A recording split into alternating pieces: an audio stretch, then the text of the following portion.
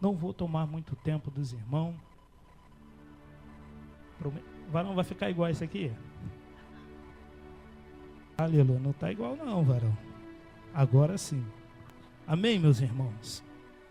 Evangelho de Jesus Cristo, segundo escreveu João, capítulo 2, o texto é muito conhecido. Evangelho de João, capítulo de número 2. Medida que tu for achando, diga amém em nome de Jesus. Diz assim o texto, capítulo 2, verso 1. 3 dias depois, houve um casamento em Canaã da Galileia. Achando-se ali a mãe de Jesus. Jesus também foi convidado com seus discípulos para o casamento. Tendo acabado o vinho, a mãe de Jesus lhe disse: eles não têm mais vinho. Mas Jesus lhe disse: mulher, que tenho eu contigo? Ainda não é chegado a minha hora. Então ela falou aos serventes: fazei tudo que ele vos disser. Deus, nós te agradecemos mais uma vez. Nós te louvamos, ó Deus, pelos irmãos que aqui nos antecederam, com uma palavra forte, com uma palavra breve, palavra que nos confortou, que nos confrontou.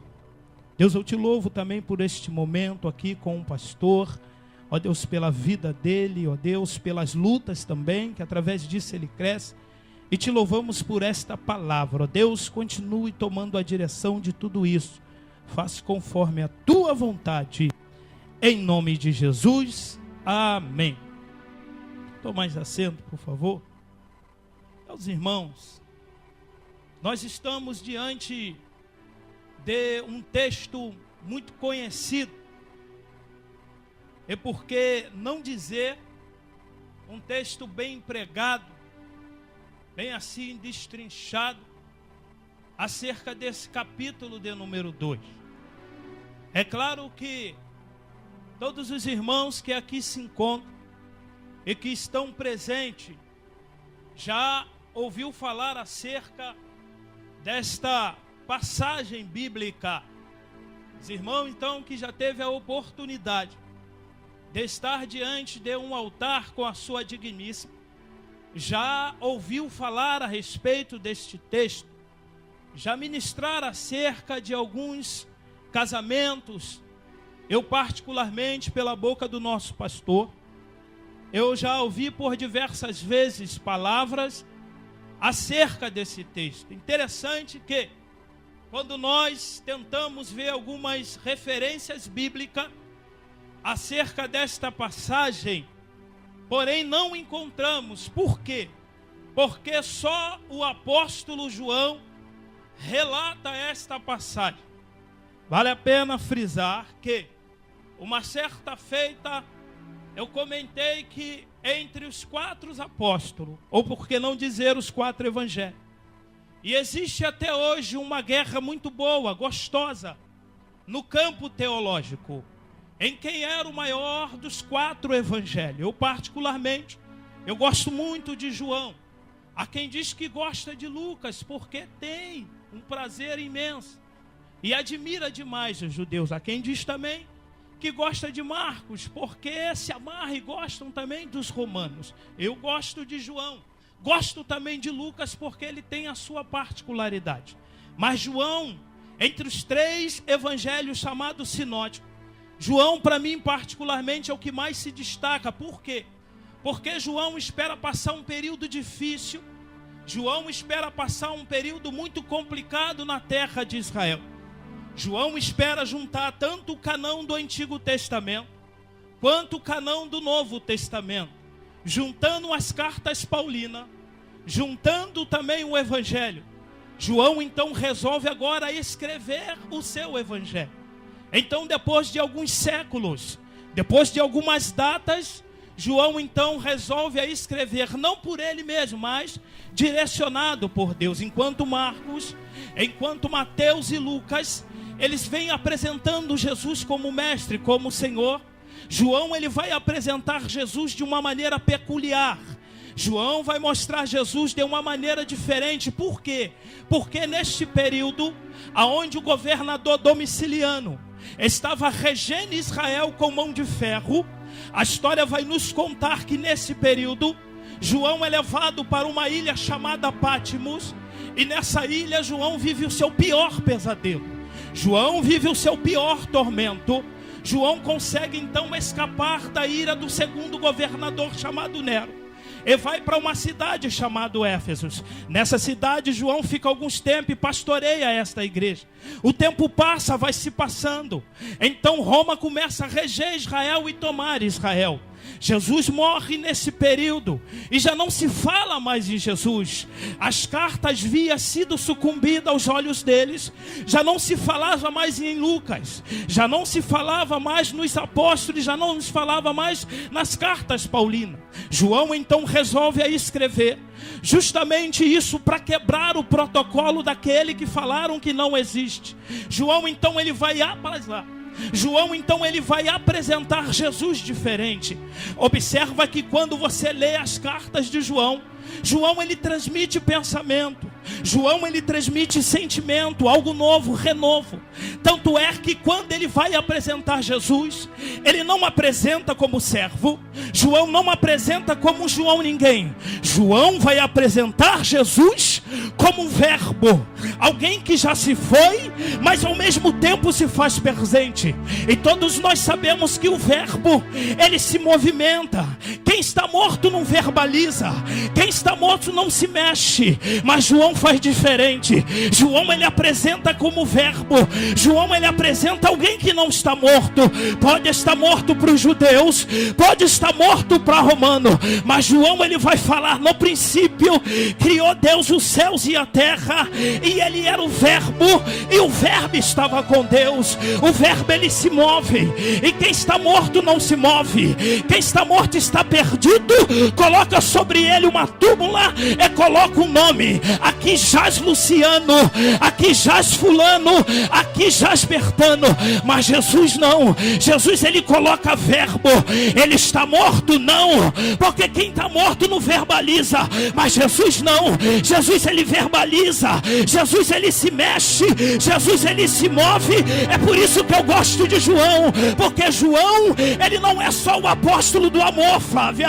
João ele não é só aquele apóstolo que reclinava a cabeça no ombro do mestre, não. João é o apóstolo das águas. Tanto é que ele começa o seu ministério falando em água e termina o seu ministério falando em água. Ele diz: as bodas em Canaã da Galileia, Jesus transformou a água em vinho. Agora ele vai terminar o seu ministério falando em águas. Ele diz assim: eu ouço como um som de muitas águas. Ele fala isso em Apocalipse. Só alguém que se mexe, só alguém que verbaliza, que vai se mover. É por isso que é o Espírito Santo de Deus, Emilson, ele se move em você. Sabe por quê? Ele não está morto, ele vive, ele vive. Se você for hoje, querido, num túmulo de um homem chamado Russell Sheldon, você vai encontrar os restos mortais desse homem. Se você for hoje num túmulo de um homem chamado Mahatma Gandhi, Larissa, um homem que foi adorado por tudo e por todos, vocês vão encontrar os restos mortais de Mahatma Gandhi. Se você foi no lugar onde Buda ali estava morto, você vai encontrar os túmulos dele e juntamente com ele os restos mortais. Mas se você for hoje em Jerusalém, você não vai encontrar o túmulo do mestre. Por quê? Porque ele vive. Se ele vive, joga a tua mão pro alto e aplaude. Ele vive em nós, ele se mexe em nós, o mestre está. João então relata, João passa sentimento, João ele escreve para mudar a história, para quebrar o protocolo romano. João vai fazer diferente, não dá ênfase aos milagres, mas ele vai escrever para nós. ele vai direcionar a carta em nós. Observa e tenta ler só o capítulo de João com calma. Você vai chorar, você vai se deliciar, porque João é transparente. João fala do que vive. Lembrando, os senhores, que quando João escreve, João ele vem de um pesadelo. João vem de uma ilha chamada Pátima e conseguiu ver o Cristo glorificado. João então está falando de alguém o qual ele vivenciou e de alguém também que ele viu depois de morto. E nessa mesma história, João ele vai marcar, vai catalogar alguns milagres, não muitos, não tantos quanto os de Mateus, Lucas, Marcos, mas ele vai escrever aquilo que vai trazer para nós uma lição, não que os outros tragam, mas esse nos fala. E aí é claro que tu vai falar nesse texto que só João fala. Só João escreve, a história vai nos dizer que é um casamento judaico, repleto e cheio de costumes judaicos, porque era comum o casamento naquele período, o casamento naquela época. Era normal que se estendesse aproximadamente 7 dias. E era complicada, a história vocês conhecem. A história vai nos ensinar que Jesus e sua mãe primeiro tinham sido convidados para este casamento. Era uma festa bacana, era uma festa bênção pura, aonde todos os judeus celebravam, aonde todos cantavam, adoravam, bebiam vinho da melhor qualidade. A história vai nos dizer que acabara o vinho, acabou o vinho, não tinha mais vinho. E era complicado, segundo o conselho, segundo a costume ou a cultura judaica, acabar o vinho naquele período era terrível. Um conselho chamado Conselho Teca. A história diz que na mesma hora, acabando o vinho, eles cancelariam o casamento. Um casamento judaico que não tem vinho é uma catástrofe. Um casamento judaico que não tem vinho, a situação fica absolutamente irrevogável. E é justamente nesta festa, aonde Jesus estava, que acabara o vinho.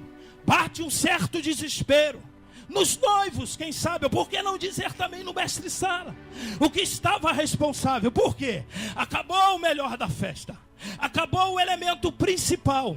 Era 7 dias de vinho, era muita dançaria, tinha muito vinho para se beber, era comum, mas não podia acabar o vinho. Podia acabar a comida, podia acabar as músicas, podia acabar os homens, mas o vinho não poderia acabar. Por quê? Os vinhos para os judeus representam a alegria. Um casamento sem alegria não tem casamento. Assim é as nossas vidas. Vida tem que ser cheio de Deus. E o vinho na Bíblia, ele representa alegria. Alegria do Espírito Santo. Quando acaba a alegria, acaba o homem. Acabando o homem, acaba os sonhos, acaba os projetos. E isso é complicado para os judeus. É por isso que eles ficam desesperados.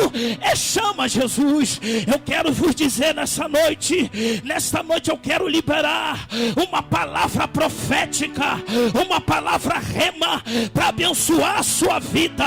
Se nesta noite você adentrou, nesta noite diz: olha, o meu vinho está acabando, só tem um pouquinho de alegria, o meu cálice já está lá no meio, mas eu quero vos dizer que nessa noite você vai sair daqui com seu cálice cheio de vinho, cheio de alegria, cheio de graça, cheio de poder e de unção. Só que, escute isso, não quero aqui, vou tentar não falar das talhas, até porque já falei. Não quero falar de Canaã, não quero, mas quero falar aqui sobre 3 papéis de Jesus dentro desse texto. Primeira coisa que eu enxergo: acabou o vinho. E a primeira coisa, ou por que não dizer o primeiro papel, a primeira função de Jesus nesta festa que eu entendo, o texto ele vai nos dizer: houve uma festa em Canaã da Galileia. A mãe de Jesus fora convidada, e Jesus também foi convidado. Primeiro papel de Jesus aqui: ele estava sendo convidado. Isso é bom? Vamos tentar entender como é bom isso aqui. Vamos tentar entender se é bom ou não. O papel de Jesus nesta festa aqui é de convidado. Convidado no sentido de participar do evento.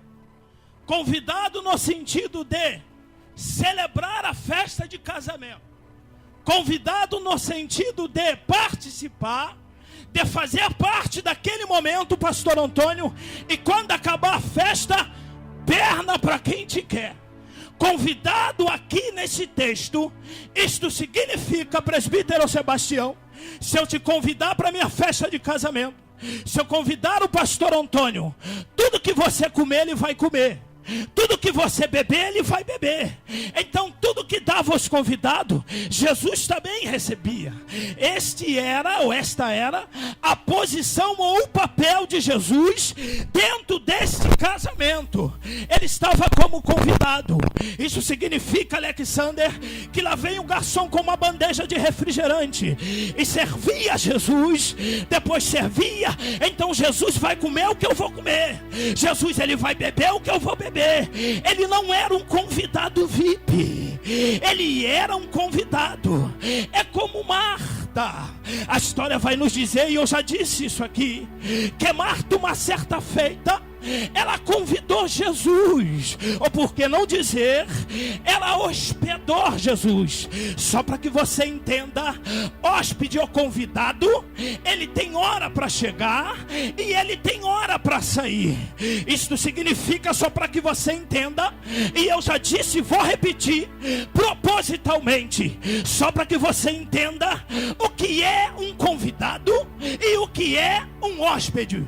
Digamos que é o pastor Antônio, depois dessa bênção que ele recebeu, e junto desses presentes tem um carnê que vai dar a ele o direito de fazer uma viagem, quem sabe Dubai, ou por que não dizer em Veneza, já que terminou o encontro de casais, o clima do romantismo ainda está por cima. Então ele vai ligar e vai se hospedar em Veneza.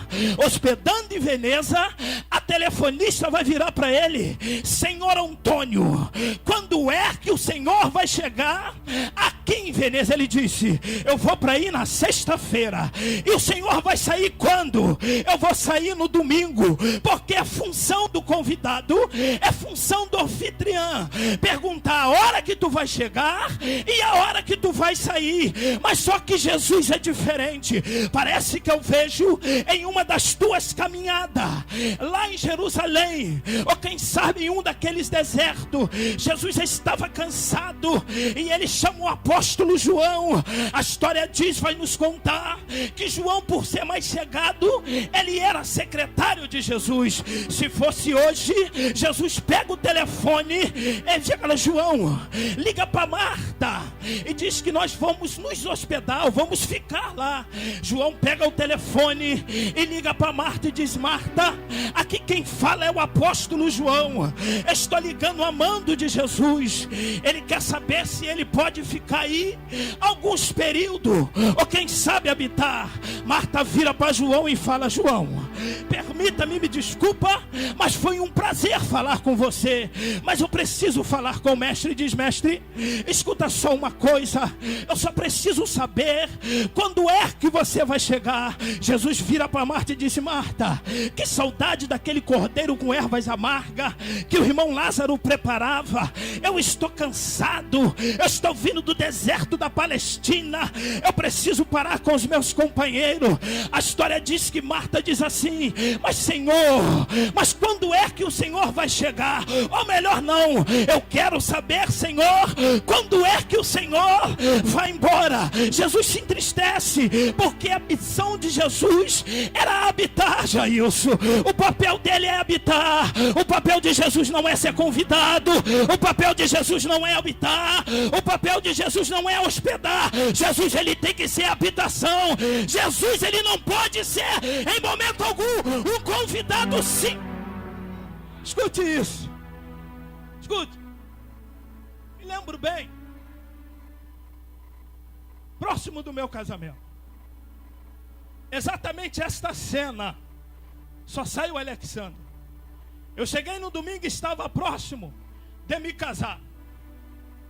Eu botei o joelho aqui mesmo, no chão, e comecei a orar: Senhor, eu gostaria tanto de dar uma alegria à minha esposa, fazer um bom casamento, num salão, quem sabe, ter um salgadinho, um jantar, quem sabe, mas eu não tenho condições nenhuma. Senhor, o Senhor é o dono da festa, é o Senhor que faz. Eu me lembro como se fosse hoje. Esse homem de Deus passou 2 dias. Ele esteve lá em casa, querido, e falou assim: olha, Jesus está providenciando tudo. É Ele que é o dono da festa. É Ele que faz. É Ele que faz. Ei, querido, espera no Senhor. Aguarda no Senhor que a tua hora vai. Quando eu convido para Ele, para ser o dono da festa, é diferente. Porque é o dono da festa, Emerson.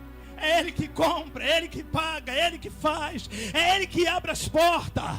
Quando Ele está à frente, mas quando Ele é convidado, não. Quando Ele é convidado, Ele senta e espera ser servido. Quando Ele é convidado, Ele vê o negócio pegar fogo e Ele vira as costas. Não que Ele queira, é porque Ele é só convidado. Ele é só convidado. Mas eu tenho certeza que a partir de hoje Ele vai habitar na tua casa, Ele vai habitar nos teus sonhos, Ele vai habitar na tua família. Vai habitar na tua família. Este era o papel, Camilo, de Jesus. Era um mero convidado. O segundo papel, deixa eu correr, de Jesus, é que Ele era filho. A história diz que Ele era filho. Por quê? O texto diz que a mãe de Jesus estava ali. Então nós precisamos entender o texto, o contexto. Porque se falou mãe, opa, já tem um limite. Já nos traz uma ideia de uma submissão, de alguém que está submisso, de alguém que precisa, ou seja, indica uma particularidade. Tanto é que Maria diz: é chegado a hora? Não. Jesus, a história vai nos dizer, ele diz: mulher, não é chegado. A preocupação daquela mulher em relatar, em externar que a alegria daquele casal estava no final era tamanho. Só que ele estava como filho. Agora a história diz que Jesus em momento algum tratou mal a Maria. Porque quando ele fala mulher, no grego quer dizer senhora. Senhora, não é chegado a minha hora. Jesus estava ali como um submisso. O papel de Jesus no casamento era filho, era de ser filho. Então ele precisava esperar. Mulher, ainda não é chegado a hora. E eu entendo aqui que tudo tem teu tempo. Eu entendo aqui que tudo tem tua hora. Não adianta eu chegar e botar o pé na porta que não vai abrir. Não adianta arrombar a maçaneta que não vai abrir, porque enquanto não chegar a hora, não adianta eu passar. Mas quando chegar a hora, quando ele abrir a porta, se prepara, meu filho, porque ninguém vai te segurar, porque a hora dele vai chegar. A hora dele vai chegar na sua vida. O momento dele vai chegar na sua vida. Terceira e última coisa, se coloque de pé no nome de Jesus. Na próxima a gente fala mais 2. Escuta. Terceiro papel de Jesus. Primeiro, convidado. Segundo, de filho. Terceiro papel ou função, e aí a história muda aqui, Jesus. Observa, Maria chega para Jesus e fala: Senhor, acabou o vinho. Ele diz: não é chegada a minha hora. Imediatamente ela dá meia volta e diz: fazei tudo o que ele mandar, o que ele vos disser. Tudo Na linguagem original aqui do grego, está indicando uma totalidade. Está colocando Jesus no papel de provedor. Jesus aqui nesse texto, Jesus aqui nesse terceiro papel, Ele é o provedor das nossas vidas. Não tinha vinho, não tinha mais alegria, acabou a esperança, mas o provedor estava presente. Até porque reconheceram que o mestre estava na festa. Aí o papel muda. Porque eu trabalho bem em uma casa de festa e falo com muita propriedade e experiência. O casal de noivo, ele só vai comer o que os convidados comerem no momento da festa. Só que antes, ele passa 8 horas dentro de um lugar chamado suíte, da melhor qualidade, top de linha, e come de tudo do bom e do melhor. Uma televisão de 50 polegadas, high definition, não sei o nome desse trem aí, alguma coisa desse gênero assim. Uma banheira 3x4, tudo do bom e do melhor. E 3 camareiras só para servir eles dois, mais nada. Ou seja, ele tem uma área VIP. Ele tem um canto especial. Ele tem uma morada exclusiva, Luana, que é só dele, que só pertence a ele. E ai de quem entrar, invadir aquele espaço. Qualquer corpo estranho que ronda próximo daquela suíte é demitido na hora. Na hora. Por quê? Porque aquele lugar, ele é exclusivo. E quando Jesus entende que este lugar ele é exclusivo, aí ele é o provedor das nossas vidas. Quando Jesus entende que esse lugar aqui é só dele, só ele faz morada, só ele habita, só ele reina, só ele governa, ele fala assim: Satanás, se afasta daqui, porque esse corpo me pertence, esse trono me pertence, isso é só... Em nome de Jesus Cristo, em nome de Jesus, querido. Quem disse para você que o Senhor se esqueceu dele? Mesmo nesta festa, Jesus ele foi o provedor. Agora eu entendo que nesta festa também tinha 6 talhas vazias. Entendo que estava vazia porque ele mandou encher. E se estava vazia em um canto, ninguém deixou aquela talha à toa ali, porque era um casamento. Aqui quando tem um encontro de casais, as pessoas tiram esses bancos e arrumam tudo isso aqui, ó. Isso aqui é fruto do encontro de casais.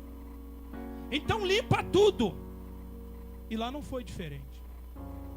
Só que nessa arrumação ficaram 6 talhas, propositalmente, sem que eles soubessem, mesmo elas imaginando que era insignificante. A história vai nos contar que ela estava no canto, ou por que não dizer nas margens, porque nas margens de um caderno não se escreve história, nas margens não se escreve nada, não tem como.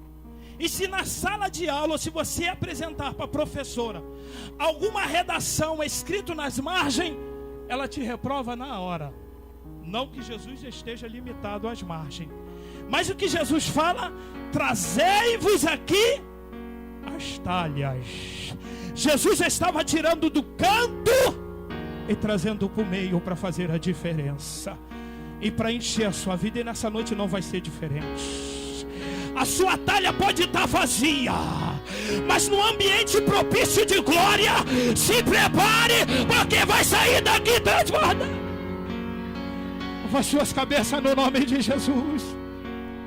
Araxabacandaraba, subiandaraba, subicandaraba, subicanda. As talhas, ela representa a humanidade vazia, Mas quando Jesus ele é convidado VIP, ele fala aqui: tira as talhas do meio do canto e coloca no meio, porque eu vou encher, eu vou encher, eu vou encher, eu vou encher, eu vou encher. Se você está com a tua talha preparada, joga a tua mão pro alto e começa a adorar, começa a adorar, começa a adorar, comece a adorar. Fecha os teus olhos no nome de Jesus. Meu Deus.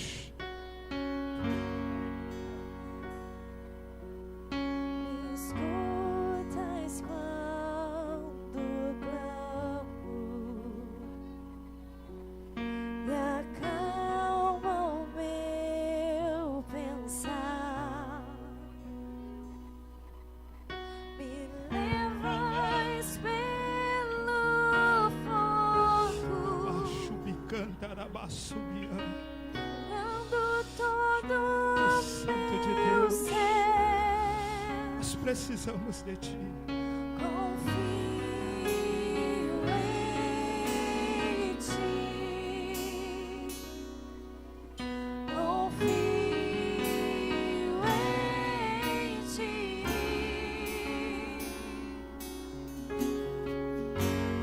Tenho que doer. Eita Deus!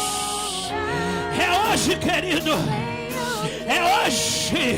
Chegou o provedor. Chegou o provedor. Chegou o provedor. Ele é tudo para mim. Ele é tudo para você. Filho, escute isso em nome de Jesus. Escute isso.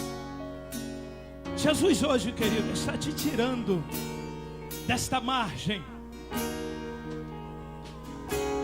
Eu tenho certeza que depois de tudo que foi ministrado, a palavra introdutória, os louvores, você já teve mais que confirmação para entender que Jesus ele não vai ser um mero convidado. Que Jesus ele não vai ser igual a mim quando você me convida para ir na tua casa ou no teu casamento. Ele vai ter um lugar exclusivo para ele. E automaticamente, eu não sei tamanho, em parte está a sua talha. De uma coisa é certa, ele está enchendo, porque ele é o provedor. Ele que é o dono dessa festa, é ele que fez isso tudo aqui. E ele está aqui, porque aqui tem uma festa. Aqui não é Canaã da Galileia, mas aqui está tendo uma festa. Uma festa sem fim. Uma festa de poder e de glória. E ele vai ficar mais feliz ainda. Mais feliz ainda quando você que ainda não conhece confessar Ele como único e suficiente Salvador. Mas antes disso, eu gostaria de estar convidando aqui à frente os obreiros, homens de Deus, mulheres de Deus, que têm pleiteado, que têm lutado, que têm acreditado nessa obra e têm se consagrado justamente por esses momentos aqui, querido. Nós aqui só estamos a serviço do Rei. Nós estamos aqui somente para servir. Embora sabemos que toda essa ação, todo esse ato de colocar a mão sobre as suas cabeças, de orar pela sua vida, nós sofremos retaliação. Mas o que mais me alegra, o que mais alegra esse servo de Deus, é saber que a tua talha está cheia. É saber que você foi renovado. É saber que a sua vida está sendo moldada, transformada pelo Espírito Santo de Deus. Por isso, em nome de Jesus, nós gostaríamos de orar pela sua vida, querido. Saia do teu lugar no nome de Jesus. Observa que essas pessoas cheias de Deus, desejosos para abençoar a sua vida, saia do teu lugar e em nome de Jesus nós queremos orar pela sua vida. É isso, querido, em nome de Jesus. Chega de perder tempo. Chega de deixar as coisas passar, assistir só a banda passar. Nós vamos mudar o nosso cativeiro, porque o provedor do milagre